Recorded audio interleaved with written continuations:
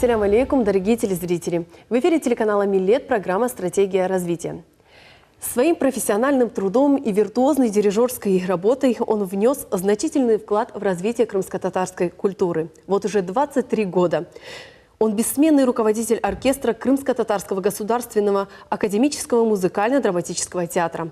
У нас в гостях дирижер Юнус Эннанов. Селям алейкум, хош келдинус. Алейкум селям. Юнус ага, на днях вы отметили юбилей. Мы поздравляем вас. Знаменательная для вас дата. Запомнилась многим нашим телезрителям ярким юбилейным концертом «Аят Нагмеса». Но давайте, наверное, все-таки начнем с традиционного для вас вопроса.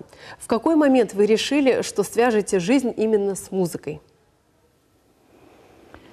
Ну, хотел бы начать с предыстории, что семья, мои родители были депортированы в город Самарканд Узбекской ССР.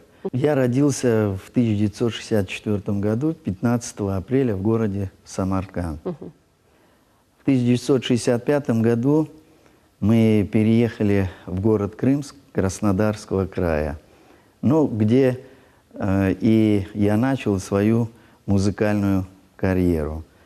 Как и все крымские татары, отец решил отдать нас в музыкальную школу. Меня по классу скрипки, а старшего брата по классу аккордеону.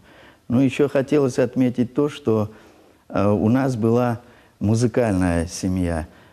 Карбабам, отец отца, он был самоучкой и играл на скрипке. Я с удовольствием ходил в музыкальную школу и с удовольствием занимался игрой на скрипке. Я любил музыку, и меня как бы особо родители не заставляли. То есть мое желание было связать свою дальнейшую профессию с музыкой. Так я закончил музыкальную школу по классу скрипки и параллельно учился на духовом инструменте валторна. По окончании музыкальной школы в 1980 году я поступил в Новороссийское музыкальное училище по классу валторны, где и параллельно у нас был предмет дирижирования, обязательный предмет. Так я и сделал один шаг навстречу профессии дирижера. Всегда было такое желание познать эту профессию более глубоко и более профессионально. Я закончил в 1985 году Новороссийское музыкальное училище по классу валторны и по классу дирижирования. В 1985 году я поступаю в консерваторию в Ростовскую имени Рахманинова, и там продолжаю учебу на валторне и учебу по классу дирижирования. Ну так, в 90-м году я и заканчиваю консерваторию. Ну, уже в то время началось массовое возвращение наших соотечественников на историческую родину. В 90-м году, 15 апреля, состоялась первая премьера вновь открывшегося нашего крымско-татарского тогда еще музыкально-драматического театра. Ну, по окончанию я уже работал в Ростове в симфоническом оркестре и параллельно преподавал в училище по классу валторны. И меня заинтересовал театр, и я решил написать письмо в театр, нужен ли им специалист по профилю артиста оркестра валторна. Я написал письмо, здесь работали мои друзья, Рифат Ситаблаев. И так получилось неожиданно, что он прислал письмо, говорит, есть оркестр, на то время, по-моему, было 16 человек, дирижером был Длявир Мамутович Бекиров, и получил положительный ответ, то есть приезжайте, мы вас будем ждать. Вот так я приехал в Крым и поступил на работу в Крымско-татарский музыкально-драматический театр. А как вы стали дирижером? Ну, с 90-го года я был артистом оркестра, а в 96-м году мне предложили возглавить оркестр уже Крымско-Татарского академического музыкально-драматического театра. Вот так я стал дирижером, начинающим дирижером оркестра Крымско-Татарского академического музыкально-драматического театра. Но хотелось бы отметить то, что уже на этот момент оркестр уже был в количестве 25 человек. В общем, оркестр уже был большой, можно сказать, и то есть и ответственность на мне лежала уже большая. А что главное вот в работе дирижера? Какими качествами должен обладать руководитель оркестра? Дирижер отвечает за единую художественную трактовку произведения, исполняемого произведения всеми музыкантами оркестра. Это первое. Второе, когда уже генеральная, так сказать, линия и стратегия выверена, художественная линия определена, то есть это определить баланс громкости звучания инструментов, темп исполняемого произведения, ритм исполняемого произведения, то есть все те качества, которые возлагаются на дирижера. Вот это считается как бы основная и главная задача дирижера. На сцене произведение звучало как единое целое. Это и есть основная и главная роль дирижера оркестра. И очень важная роль. Очень важная роль. И очень ответственная, и очень тяжелая. Алла Ярдамдиолса. Алла Разусон. Юнус ага, как вы оказались в Крымско-Татарском театре, мы уже поняли. А помните ли вы свое первое дебютное произведение? Как дирижера или да, как артиста как дирижера. Оркестра?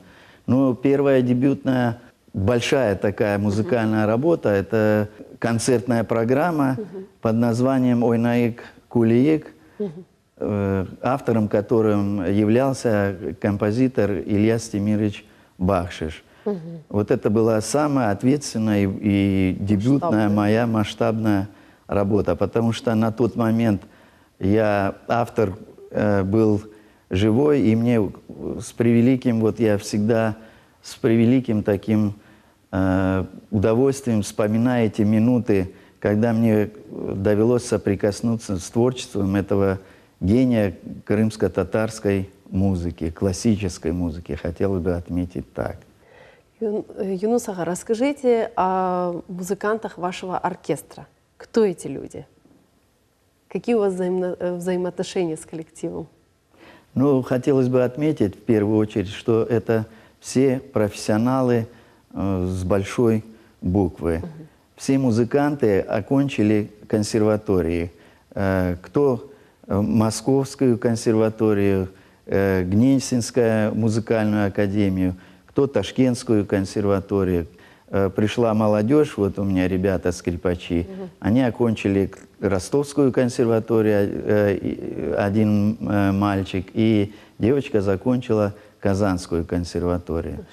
То есть все музыканты – это профессионалы своего дела. И это как бы меня заставляет держать себя в тонусе и быть более и очень ответственным в своей работе дирижера. Ну, если говорить о каждом из них, допустим, уже ветераны у нас есть, которые 30 лет в театре. Это заслуженная артистка уже Эльмира Афузова, флейта, наш золотой фонд нашего оркестра. Далее заслуженный артист Автономной Республики Крым, виолончелист Риза Ага Бекиров. Это, можно сказать, наш аранжировщик воплощает те музыкальные идеи, которые мы с коллективом пытаемся воплотить в жизнь. Заслуженный артист Республики Крым. Только сегодня, да, только вчера получил звание наш солист оркестра Эльдар Ахмедов, тоже один из ведущих музыкантов нашего оркестра. Это кларнетист, саксофонист, который тоже является зерном нашего оркестра.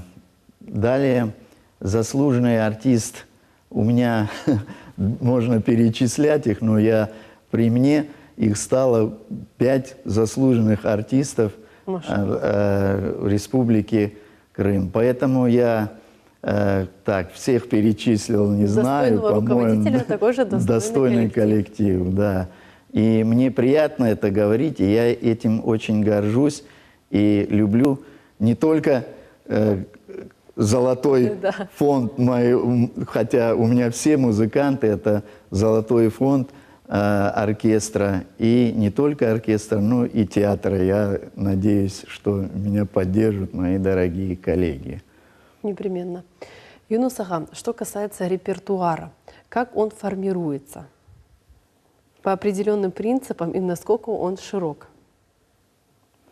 Ну, репертуар театра, помимо обслуживания музыкальных спектаклей театра, мы ведем активную концертную деятельность как самостоятельная единица, то есть как оркестр театра, который, ну и в мои обязанности входит, и вообще в обязанности оркестра, то есть активная концертная деятельность. Потому что бывали перерывы, когда пока музыкальный спектакль находится на стадии постановочной части, пока формируется, пока пишется сценарий, пишется музыка. То есть у нас где-то месяца 3 мы должны останавливаться, мы не будем. Мы как бы должны вести активную концертную деятельность. Так и я по приходу на должность дирижера и занялся вот активной концертной деятельностью. То есть у нас были программы как классической музыки, далее музыки для детей. Мы очень много концертировали с программой «Музыка для детей», концертировали с преподавателями нашего Крымского инженерно-педагогического университета, кафедры, музыкальной кафедры. Ну, Шаи Рамазанова, пианистка, потом Эминея Гизова, потом певцы, все заслуженные деятели искусств Автономной Республики Крым, Урьяне Кинжикаевой, далее сейчас профессор, заслуженный деятель искусства Украины, композитор Мирзие Халитовой, то есть ее творческий вечер, большая программа интересная была, современной ее музыки. То есть вы видите, что... разносторонняя активная деятельность. В общем, вы видите все музыкальные жанры, от классики до эстрадной музыки. Но не забывая, что в первую очередь мы, крымские татары, и развитие нашей крымско-татарской музыки – это приоритет в творчестве нашего оркестра и театра. В целом. Юнус ага, а как ваш оркестр взаимодействует с художественным составом театра, да? Приходит к вам режиссер, приходит или режиссер, руководитель художественного приносит состава, сценарий, приносит музыку, мы собираемся, обсуждаем. И вы предлагаете идеи, да? Я как музыкальный руководитель, уже мы назначаем вокалистов, исполнителей, просматриваем, кто на какую роль, какие голоса, формируем, в общем, музыкальную картину, общую музыкальную картину, учитывая мнение и режиссера, и художественного руководителя, и дирижера. Так мы взаимодействуем. А где еще помимо театра выступает ваш оркестр? Куда его приглашают? У вас достаточно активная деятельность. Ну, мы, помимо, конечно же, в первую очередь, это обслуживание нашего зрителя, крымско-татарского зрителя, то есть регион, весь Крым. Все эпса койлер татарджает ханкабы, эпса койлерге барамас, где компактное проживание наших соотечественников. По Крыму это такая большая концертная деятельность. За пределы мы выезжали Ну, в Турции были 2 раза, это где-то в 2003 году и 2000, по-моему, 2004 или 2006 году. С такими фестивальными гастролями, где мы знакомили наших соотечественников, проживающих в Турции, с нашими музыкальными номерами. Да? Мы, в частности, мы возили спектакли «Арзахас», «Дубар Алатой», ну и концертную программу. Юнус ага, на главном дирижере, наверное, лежит еще иная какая-то ответственность, помимо музыкальной стороны. Помимо музыкальных качеств дирижера, он должен еще, как говорят, быть кризис-менеджером. То есть были очень трудные моменты, когда были маленькие зарплаты, немного было гастролей. То есть я вот как руководитель пытался психологически поддержать своих музыкантов, пытался их заразить какой-то идеей, которая нам помогала потом воплотить в жизнь все то, что мы называем концертами, интересными концертами, за счет которых мы как-то были и на плаву, и не останавливаться на месте, и искать новые формы нашей концертной деятельности, концертной жизни театра. Юнус ага, скажите, а есть ли некие идеалы вашей профессии, да, которыми вы восхищаетесь?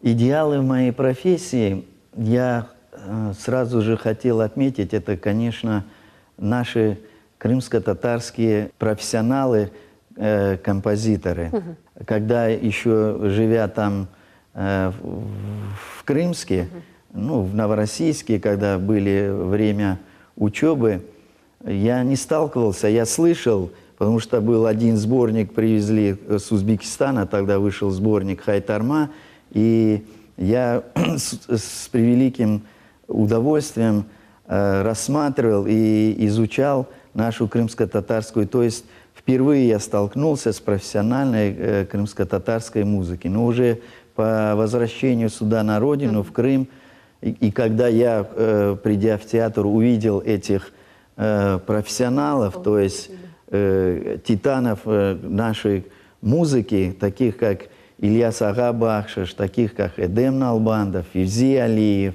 из молодого поколения Мирзие Халитова, далее Джемиль Кариков. Я был восхищен тем, что у нас, оказывается, огромный музыкальный потенциал, который мы еще до конца не изучили, и моя, как дирижера, обязанность и обязанность моего оркестра воплощать все то, что и чем бы гордился бы наш народ. То есть мы должны поднять на высокий уровень нашу крымско-татарскую музыкальную культуру. Ну, это один из приоритетов моей профессии. Юнус ага, вернемся к недавнему, да, торжественному событию в рамках празднования юбилейной даты 55 лет. Прошло знаменательное событие в театре, ваш юбилейный концерт «Аят Нагмеса». Какие произведения звучали на сцене в этот день?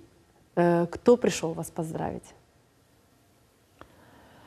Ну, начать с произведений, которые прозвучали, это, конечно, классика, европейская, западноевропейская классика, современная эстрадная музыка, популярная эстрадная музыка, ну и, конечно же, крымско-татарская музыка.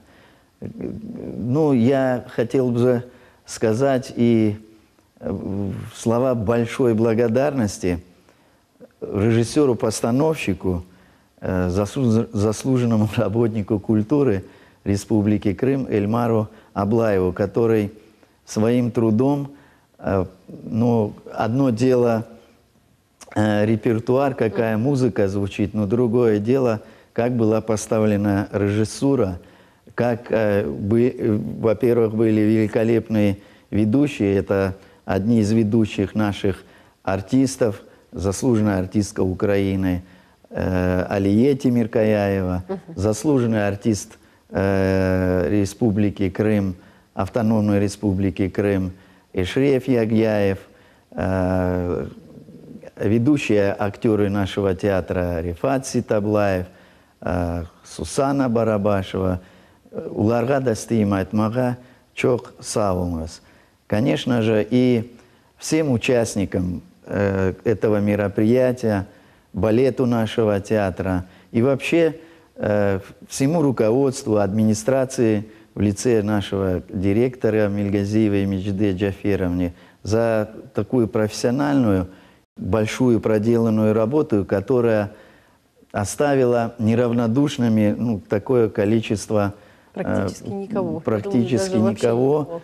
Ну и даже я премного благодарен министру культуры Республики Крым, очаровательной нашей Арине Вадимовне Новосельской за ее присутствие, за то, что она почтила своим присутствием мой юбилей, и за прекрасные те слова, которые она сказала в мой адрес, за те душевные слова, которые сказал замечательный человек, профессионал с большой буквы. Я всегда также восхищаюсь его талантом, восхищаюсь его организаторскими способностями. Это почетный президент Крымского инженерного педагогического университета Февзи Ага Якубова.